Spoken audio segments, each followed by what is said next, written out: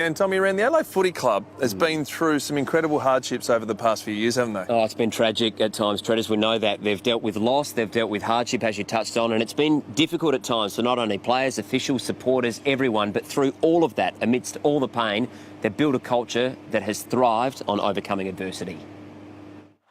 They might be one win from their greatest moment. Adelaide are in the grand final.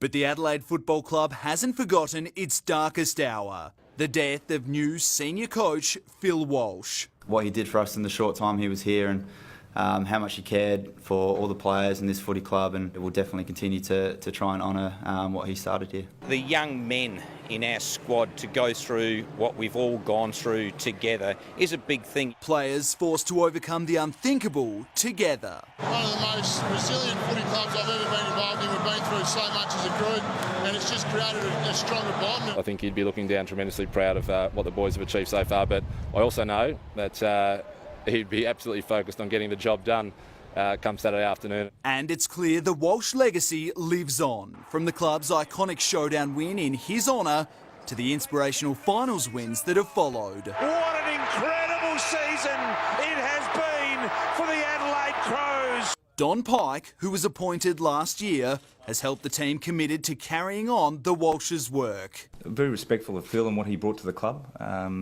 He came in a period where there was change required, and he started that change. Unfortunately, he wasn't able to see that through. And even before the Phil Walsh tragedy, players had endured the loss of another coach. Senior assistant Dean Bailey was diagnosed with lung cancer in 2013.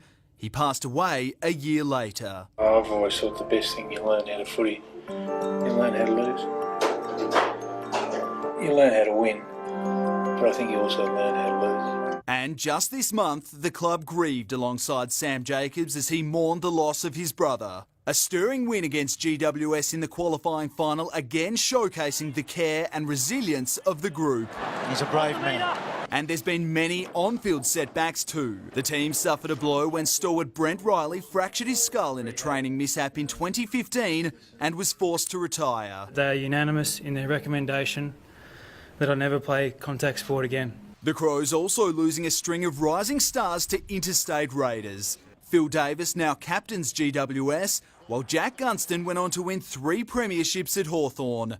Kurt Tippett controversially defected to Sydney and left the club's reputation in tatters.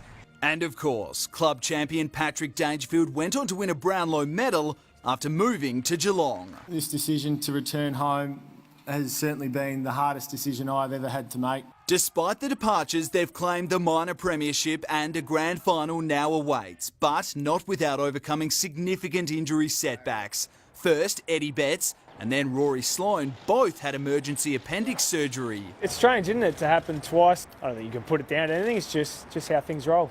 A torn ACL ending Brodie Smith's season. Look forward now to the next 3 weeks and trying to help my teammates in whatever way I can to get the ultimate success. While Mitch McGovern has succumbed to a hamstring on the eve of the grand final. That's one of those hard luck stories that always happens this time of year, unfortunately. But built on resilience, Adelaide now marches towards the game's ultimate prize, bound by an unbreakable bond, ready to get the job done on the game's biggest stage.